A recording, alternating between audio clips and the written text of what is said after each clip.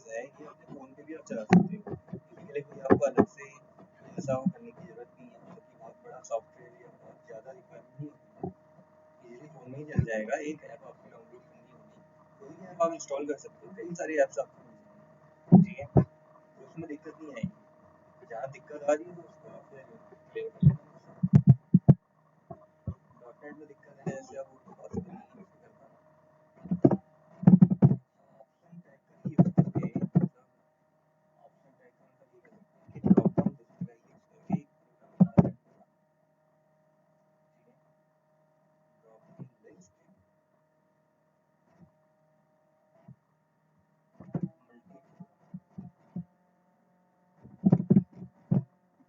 तो सबसे पहले फॉर्म का एक डिज़ाइन यहाँ पे प्रिपेयर कर लेते हैं, फॉर्म का एक लेआउट, ठीक है। तो फॉर्म बनाने के लिए आपको पता ही है फॉर्म का हमें यहाँ पे यूज़ करना होता है, ठीक है।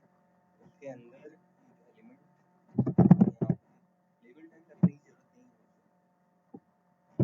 Select any option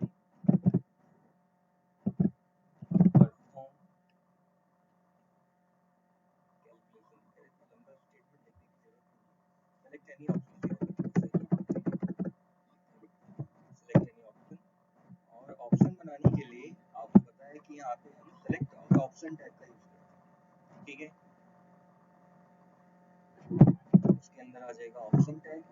first option suppose हमने यहाँ पे दे दिया एडिशन, ठीक है। जैसा मैं आप लोगों को समझा रहा था, आपने देखा, ट्राई करके देखा ये वाला प्रोग्राम जो कल बोला था मैंने आपसे। दूसरा ऑप्शन बना दे रहे हैं हम यहाँ पे सब्ट्रैक्शन का, ठीक है। थर्ड ऑप्शन हम यहाँ पे बना रहे हैं मल्टीप्लिकेशन का। नेक्स्ट ऑप्शन यहाँ पे बना देते हैं मल्टीप्लिकेशन के अलावा डिवीजन,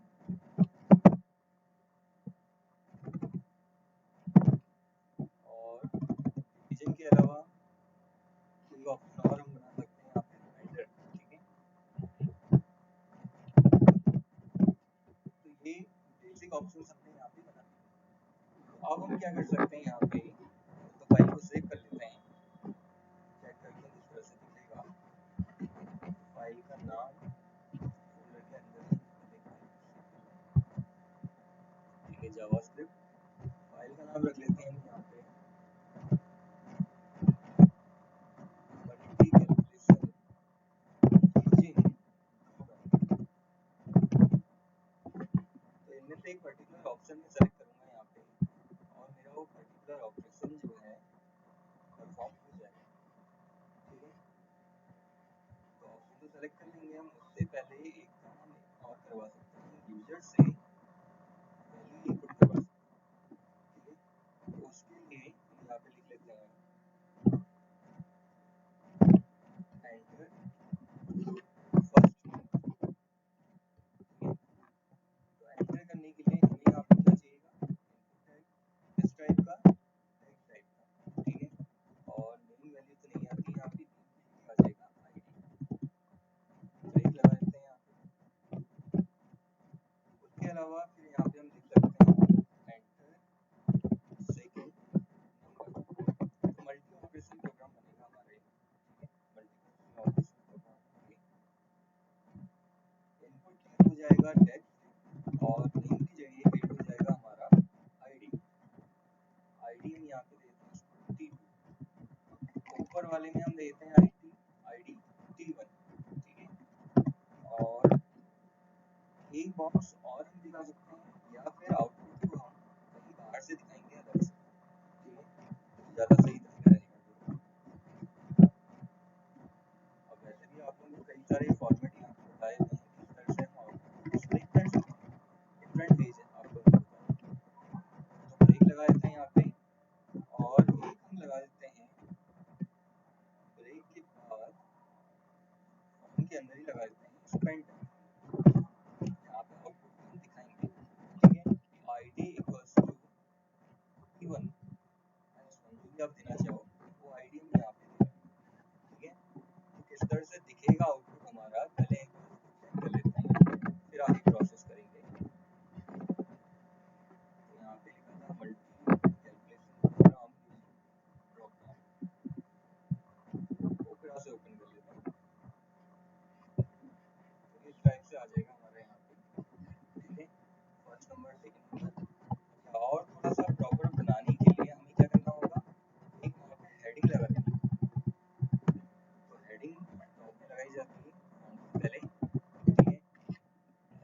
लगा देंगे यहाँ पे और इसमें लिख लेते हैं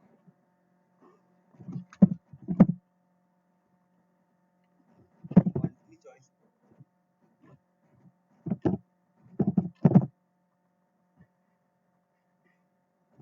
ठीक है, ये हमें किस तरह से दिखाई देगा, ठीक है। अब बाकी फिर अलाइनमेंट वगैरह, फॉर्म का डिजाइन, फॉर्म का लेआउट सही करना, वो कंडीशन अलग है, वो तो हम बाद में भी कर सकते हैं CSS का यूज करके, ठीक है। उसके अलावा अभी हम फिलहाल यहाँ पे क्या करने जा रहे हैं, इसको वर्किंग बनाने के लिए सेलेक्ट टैग के अंदर एक तो मैं आईडी यहाँ पे क्रिएट करने जा रहा हूँ x1 के नाम से, ठीक है। और आईडी के अलावा एक प्रॉपर्टी और आती है इसके अंदर, एक इवेंट आप कह सकते हैं जावास्क्रिप्ट का, कौन सा, ऑन चेंज। ऑन चेंज करने पे एक मेरा फंक्शन काम करे। अभी फिलहाल के लिए इसका नाम f1 ही देता हूँ मैं, ठीक है।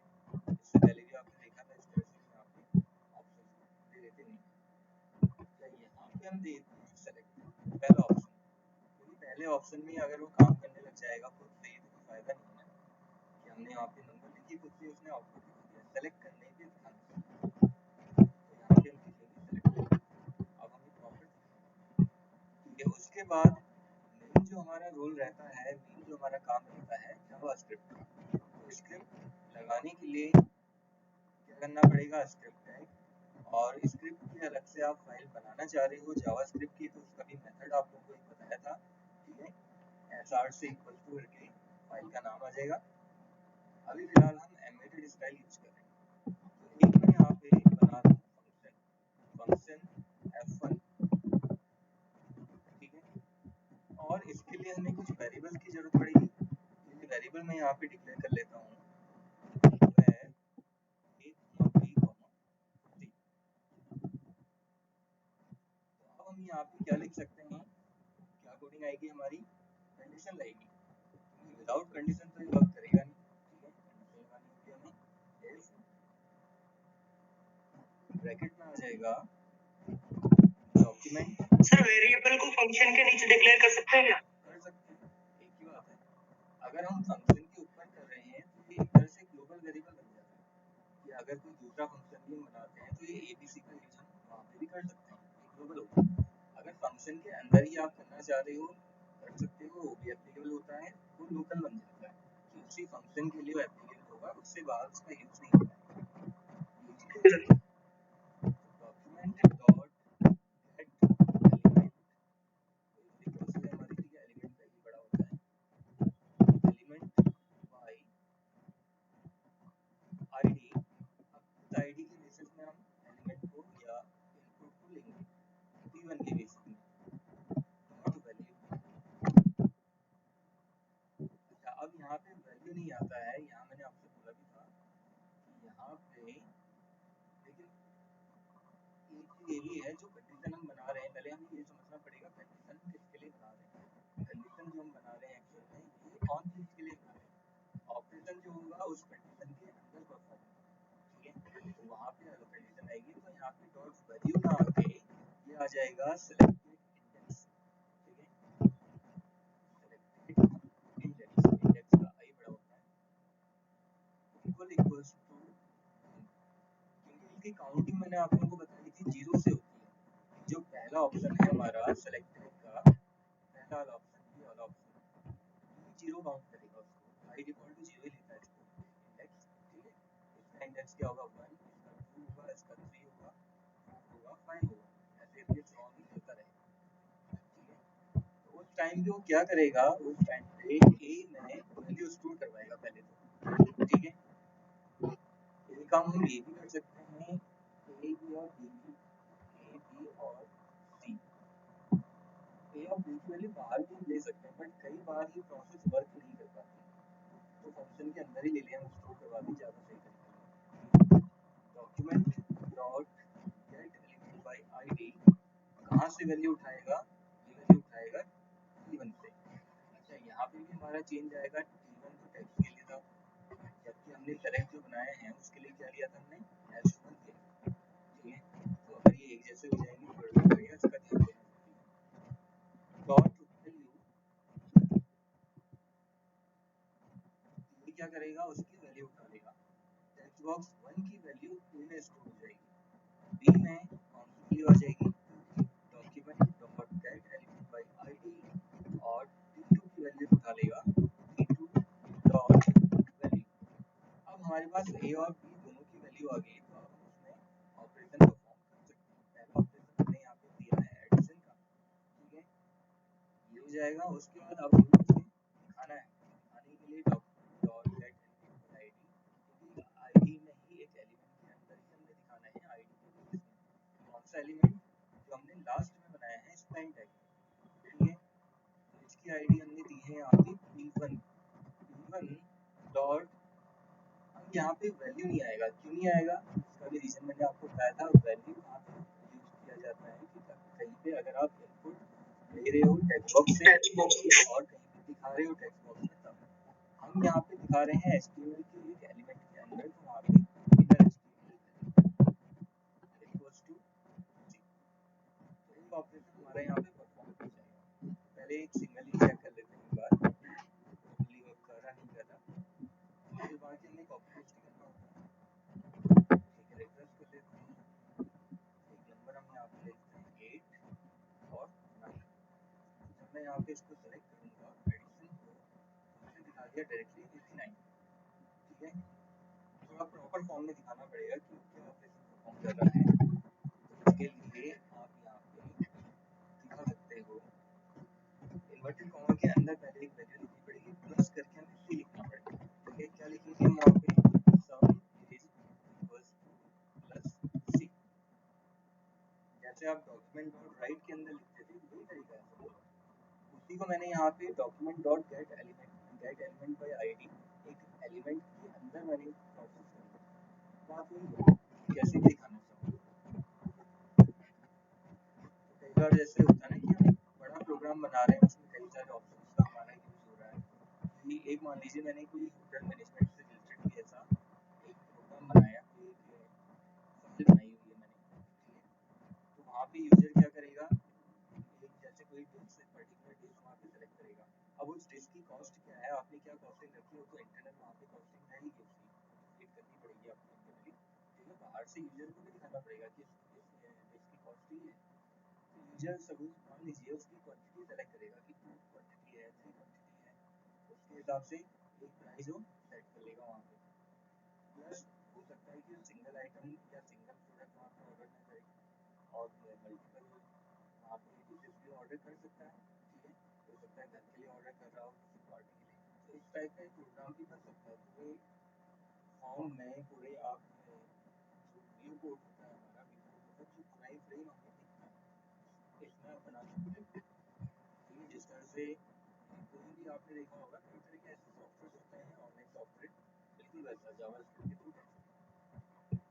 मैंने यहाँ पे एडिशन सेलेक्ट किया, वहाँ पे उसने अच्छा, लेकिन यहाँ पे ये क्या कर रहा है, उसको कंबाइन करके दिखा रहा है, ऐड नहीं कर रहा। तो इसका भी एक तरीका मैंने आपको बताया था, अगर ये ऐसा नहीं कर पाता है तो आप इसमें एक ईमेल फंक्शन का यूज कर सकते हैं, ईमेल फंक्शन यूज करके आप ऐसा कर डिस्टेंस, क्लियर है। चेक कर लेते हैं एक बार, रिफ्रेश, हमने वैल्यू दी थी यहाँ पे, चलो कोई भी देते हैं, ऐसा कुछ फर्क नहीं पड़ता। और एडिशन अब सही है, तो वहाँ पे दिखा दिया उसने सम इज इक्वल्स टू 90, ठीक है। तो ऐसे आप यहाँ पे ऑपरेशन परफॉर्म करवा सकते हो। सब्ट्रैक्शन में सेलेक्ट करूंगा तो सब्ट्रैक्ट हो जाएगा, ठीक है। मल्टीप्लिकेशन में सेलेक्ट करूंगा मल्टीप्लाई हो जाएगा। लेकिन इसमें प्रोसेस वही होती है कि एक बार में एक ऑपरेशन परफॉर्म करता है और ऑटो रिफ्रेश कई बार नहीं हो पाता है, ठीक है। ये ब्राउजर से भी फर्क पड़ सकता है, कई बार ऐसा हो जाता है, ठीक है। एक मिनट थोड़ा सा आपको होल्ड करें।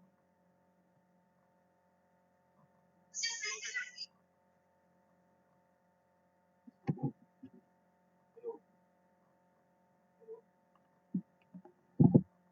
कौन मतलब नहीं पता चला।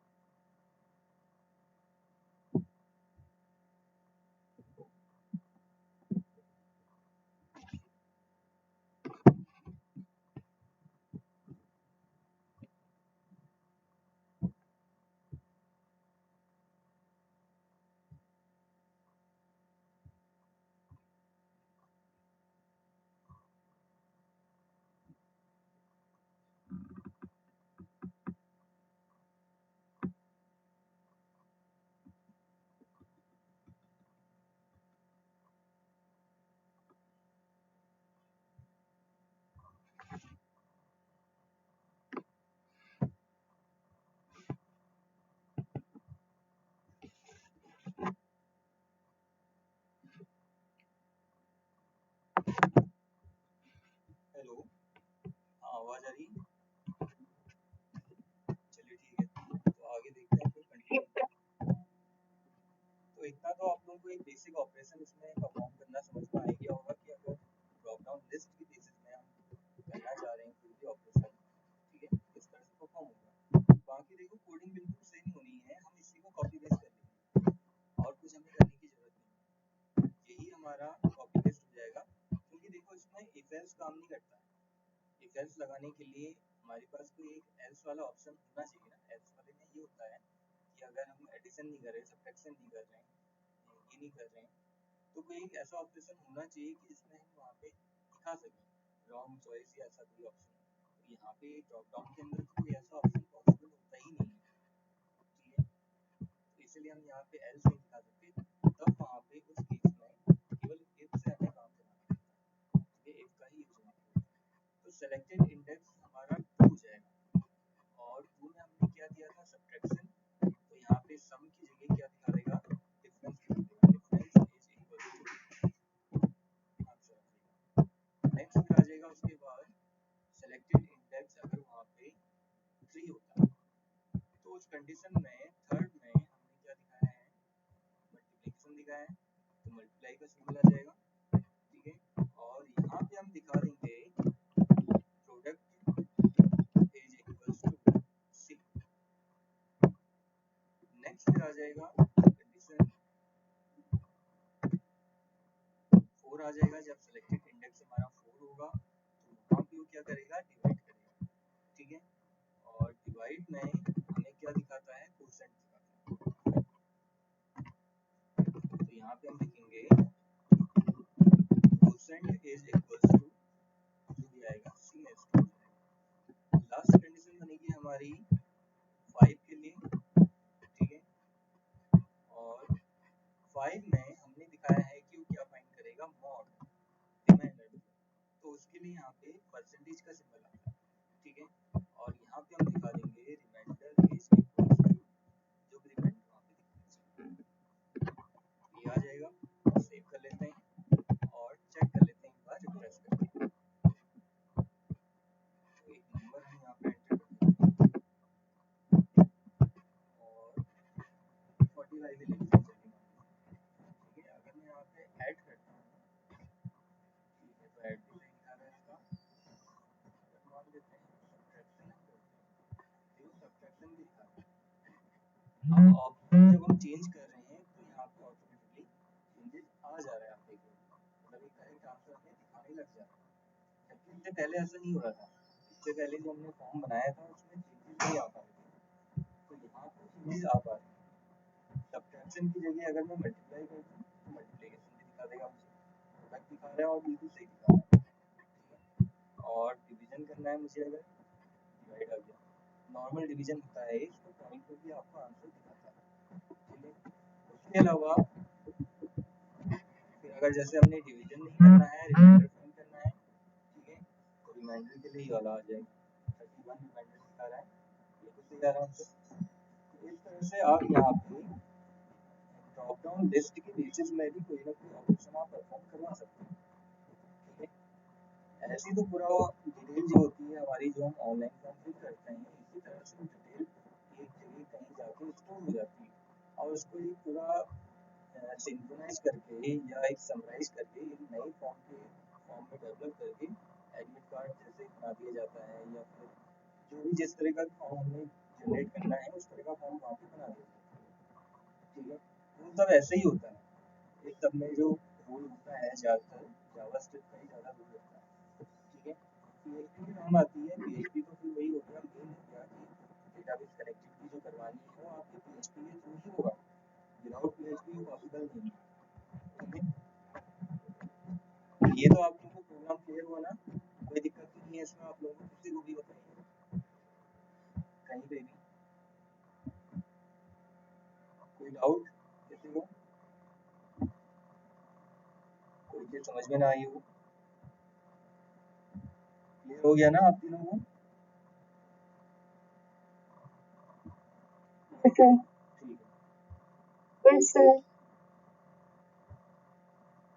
अभिषेक आपको भी आ रही है ना आवाज मेरी?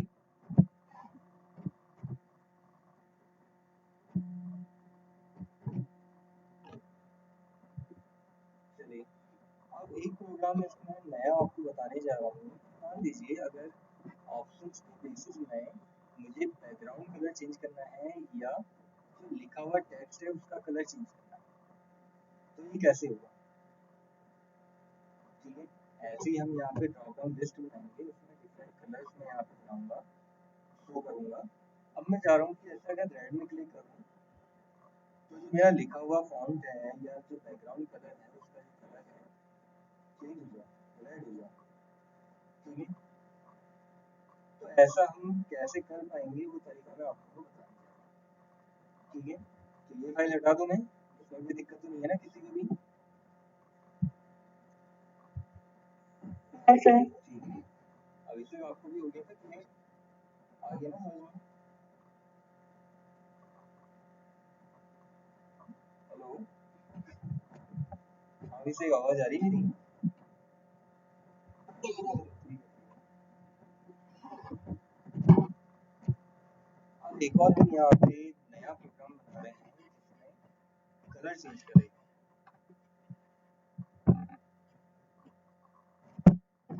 तो HTML, और पहले हम यहाँ पे टेक्स्ट कलर चेंज वाला प्रोग्राम बनाते हैं।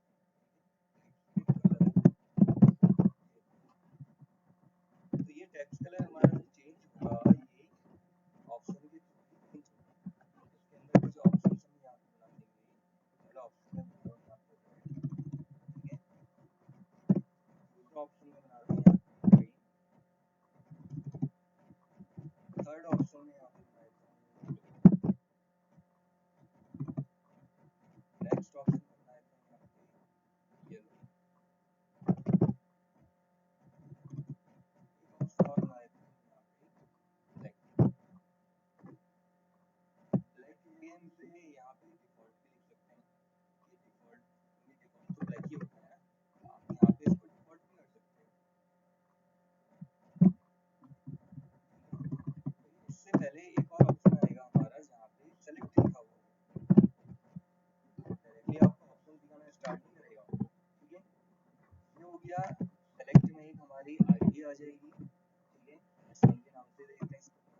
एक हमारा इवेंट आएगा ऑन चेंज, जब भी हम यहाँ पे इसमें काम करेंगे तो ऑन चेंज इवेंट ही हमारा काम करता है। ठीक है, क्लिक करके कोई ऑपरेशन हमारा परफॉर्म हो जाएगा।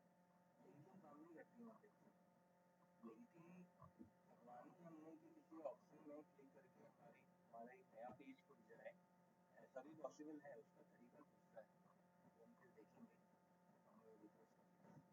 ऑन चेंज में हम मान लेते हैं कि यहाँ पे हमारा फंक्शन काम करेगा txt, टेक्स्ट कलर हम चेंज कर रहे हैं तो txt के नाम से एक फंक्शन बना देंगे। फाइल को सेव कर लेते हैं पहले हम। ठीक है, तो यहाँ पे लिख देते हैं text colour change using drop down का यूज करके ये काम होगा। तो पहले तो ये चेक करते हैं कि हमारा ड्रॉप डाउन किस तरह से बन के आ रहा है। ठीक है,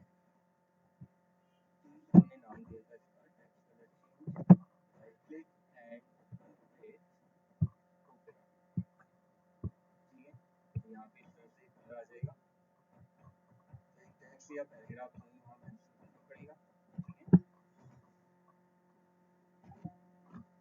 उसके लिए एक हम नीचे पैराग्राफ इंसर्ट करेंगे, ब्रेक लगा के एक पैराग्राफ ठीक है। पैराग्राफ इंसर्ट करने का तरीका जो आपको बताया था, less than and L type करेंगे तो जो लिखा हुआ आपको दिख रहा है पोर्टुगीज टाइप की कुछ लैंग्वेज होती है, अब जो भी लिखा हुआ आ रहा है हमें उससे कुछ करना नहीं है, हमें सिंपल टेक्स्ट की जरूरत है। ठीक है, जहाँ पे एक्चुअली हम देख रहे हैं वहाँ से प्रॉपर्ली टाइप करना पड़ेगा, सिंपल है तो आप कहीं थोड़ा बहुत सीरियस इसमें लगानी पड़ेगी पहले से, ठीक है, उसके बाद आगे प्रॉपर सबसे पहले तो हम यहाँ पे सीएसएस लगा देते हैं सेलेक्ट करके, सेलेक्ट नहीं आएगा, पहले आएगा स्टाइल टाइप, उसके अंदर हमारी सीएसएस आएगी। अलग से आप फाइल बनाना चाहते हैं अलग से भी आप बना सकते हैं, ठीक है। सेलेक्ट में सबसे पहले तो हम फॉन्ट साइज को चेंज करते हैं, फाइल कलर चेंज करना चाह रहे हो कलर भी आप चेंज कर सकते हो, इससे पहले हमने ऐसा किया नहीं था। अब आप देखोगे ड्रॉप डाउन में हम यहाँ पे ऐसा कर रहे हैं, नीड के अकॉर्डिंग हमें ऐसा करना पड़ रहा है, ठीक है। सीएसएस में वैसे तो हमने किया नहीं था इससे पहले। कलर हम देते हैं यहाँ पे फिलहाल के लिए इसका ब्लू करता है, सही काम कर रहा है बिल्कुल, ठीक है। चाहो तो आप इसकी हाइट और विड्थ बढ़ा सकते हो, हाइट हम यहाँ पे इसकी देते हैं पिक्सल और विड्थ हम इसकी कर दो 100 पिक्सल, इस टाइप, फिर चाहे लिखा हुआ टेक्स्ट कितना भी छोटा है कितना ही बड़ा है इसी में फर्क नहीं पड़ता। अंदर जो हमें यहाँ पे बॉक्स जो हमारा दिखेगा वो हाइट और विड्थ के अकॉर्डिंग ही दिखेगा, ठीक है। 50 अगर आपको ज़्यादा लग रहा है तो कम कर सकते हो, कम भी कर सकते हो। एक हम यहाँ पे लगाते हैं H1 tag, select any colour, change text colour, select option,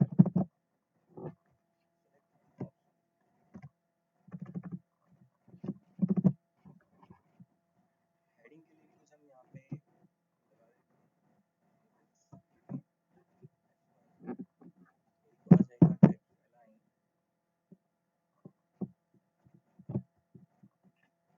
simple ही रखेंगे, फॉन्ट साइज सिंपल रखेंगे,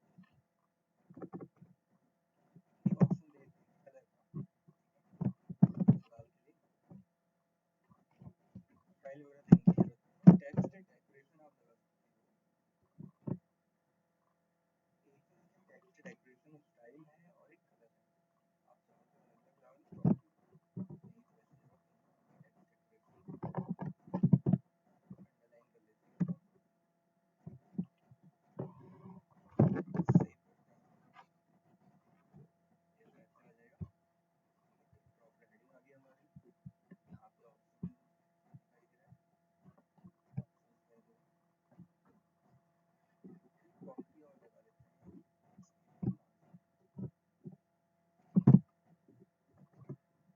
मैं देखता हूँ 100 पिक्सल, ज़्यादा हो जाएगा तो फिर कम कर सकते हैं, ठीक है।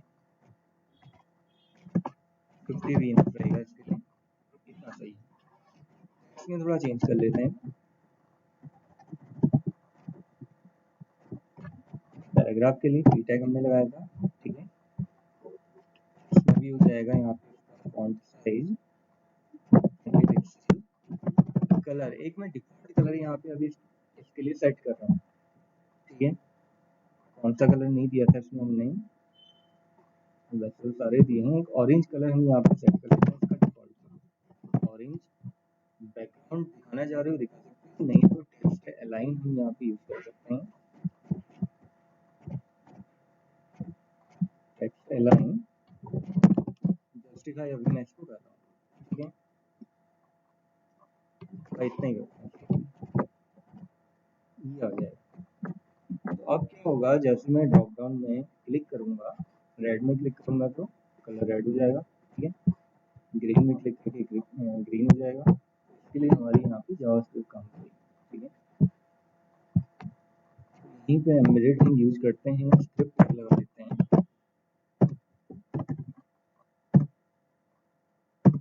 तो एक फंक्शन बना लेते हैं यहाँ पे। फंक्शन का नेम हमने क्या रखा था वहाँ पे, txt, टेक्स्ट के लिए हम कर रहे थे इसीलिए, ठीक है। और यहाँ पे फिर हमारी कंडीशन लग जाएगी जैसे अभी तक हम लगाते आ रहे थे। If document dot get element by id, तो कौन सी आईडी से लेगा ये, क्या आईडी दी हमने,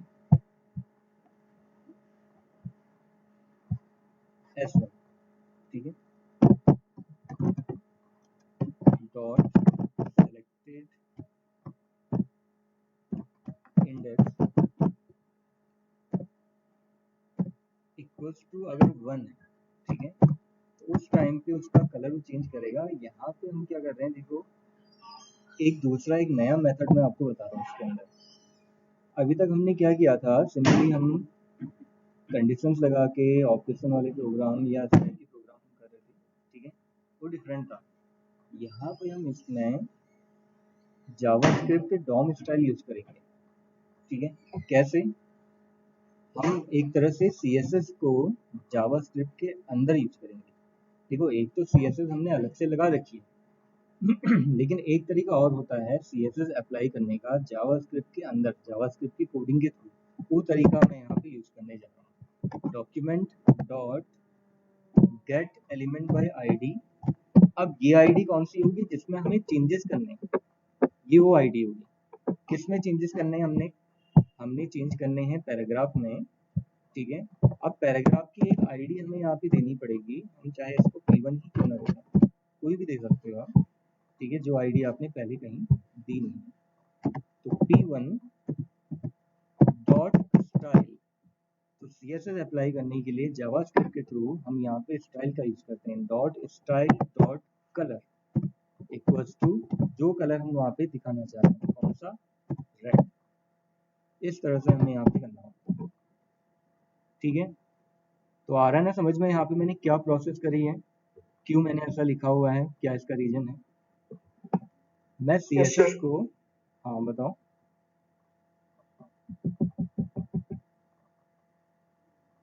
ठीक है। देखो मैं CSS को जावास्क्रिप्ट के थ्रू अप्लाई करना चाह रहा हूँ। एक तो मैं CSS अलग से लगा रहा हूँ, एक मैं क्या कर रहा हूँ कि यहाँ पे जावास्क्रिप्ट के थ्रू CSS में लगा रहा हूँ। तो वहाँ पे हमें जावास्क्रिप्ट डॉम स्टाइल यूज करना होता है, इसे हम जावास्क्रिप्ट डॉम स्टाइल कहते हैं।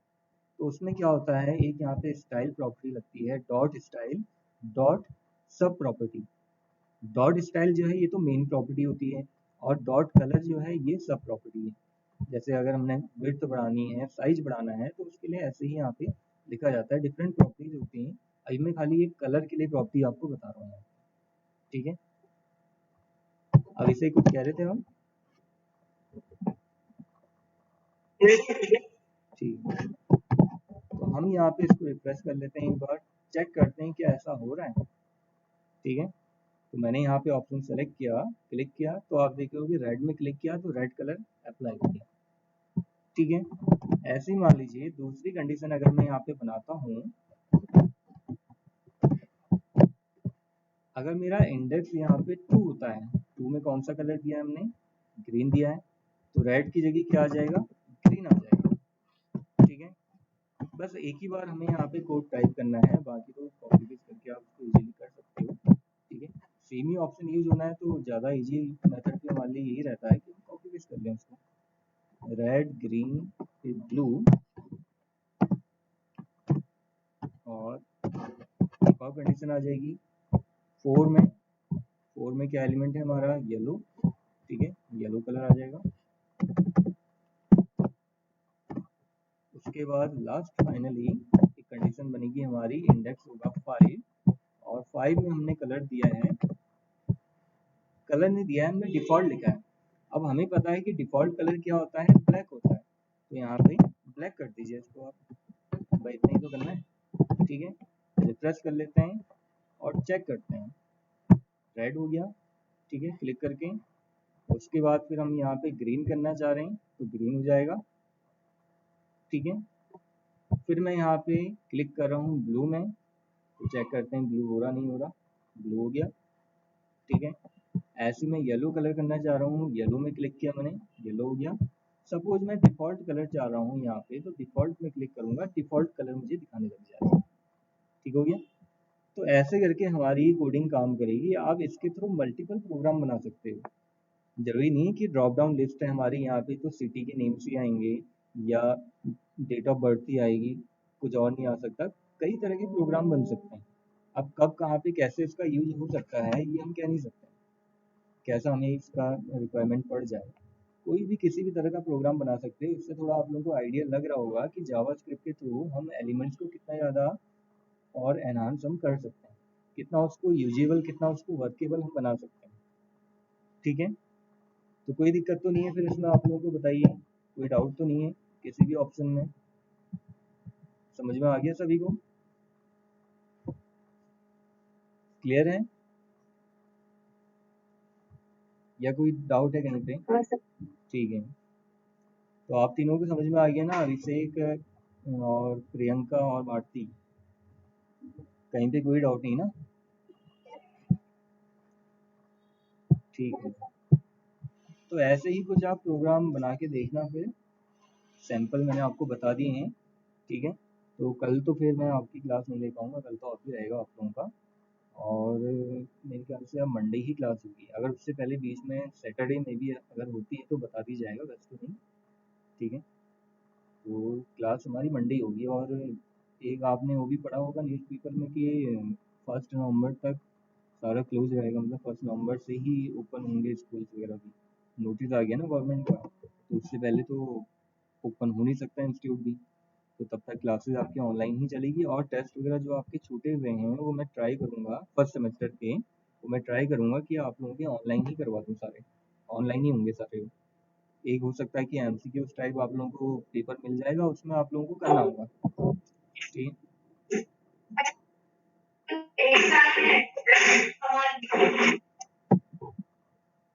हेलो, हाँ विजय कुछ कह रहे थे आप? सर ये ऑनलाइन क्या कहते हैं, ये क्लास स्टार्ट नहीं होगी क्या ऑफलाइन वाली? अभी तो देखो पेपर में भी नोटिस आया है, आप लोगों ने गाइडलाइन तो पढ़ी होगी जो पेपर में आई है कि 1 नवंबर तक तो कोई नहीं बोल सकता है, 1 नवंबर के बाद ही बोलेंगे खुलेंगे ये तो। उत्तराखंड सरकार ने कहा है क्या? हाँ, उत्तराखंड गवर्नमेंट का है, तो उससे पहले तो अच्छा, ओपन तो हो वो नहीं जो सकता। एग्जाम होने वाला है वो ऑनलाइन ही होगा हमारा? नहीं नहीं, एग्जाम देखो नवंबर में होने वाला है ना, 6 नवंबर, तो क्या पता तब तक ओपन हो जाए, तो फिर तो ऑनलाइन तो ऑनलाइन अभी होगा, आप किसकी ऑफलाइन बात होगा। कर रहे थे? वो जो मॉड्यूल टेस्ट है आपके, जो छूटे हुए मॉड्यूल टेस्ट है ना, वो भी देने जरूरी है। और दूसरा तो प्रैक्टिकल वाइवा वगैरह। नहीं, अब ये वाली भी तो हो गया, अब डॉट नेट का नहीं हुआ है अभी, उसका अच्छा नहीं हुआ अच्छा, है। एचटीएमएल का हुआ था, नहीं हुआ था एचटीएमएल वाला? एचटीएमएल का तो हो गया एचटीएमएल। हाँ, तो जिसने दे दिया है उसका ठीक है, जिसने नहीं दिया है उसको देना पड़ेगा, वो जो एग्जाम में बैठना चाह रहा है। और इसके अलावा फिर जो भी प्रैक्टिकल वाइवा डॉट वगैरह नेट और एमएस।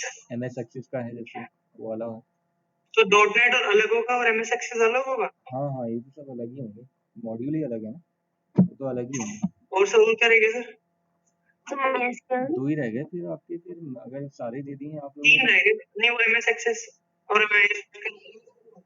हाँ, एमएस एक्सेस और डॉट नेट का तो अलग अलग होगा, तो दो दो टेस्ट के एसक्यूएल। लिए हो गए, दो ही रह गए फिर शायद, जहाँ तक लगता है मुझे। अगर आपने एसक्यूएल एसक्यूएल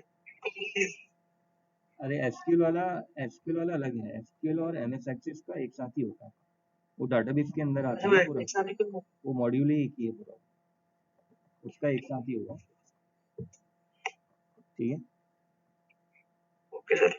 तो ये चीज़ तो क्लियर होगी ना, फिर आप लोगों को कैसे करना है समझ में अब आ गया होगा, किस तरह से हम यहाँ पे ऑप्शंस को और ज़्यादा वर्केबल हम बना सकते हैं, ठीक है।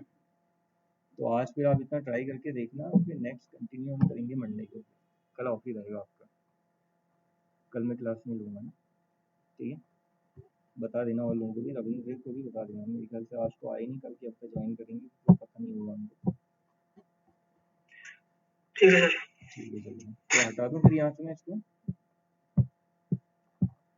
चलिए ठीक है, मैं यहाँ से हटा रहा हूँ।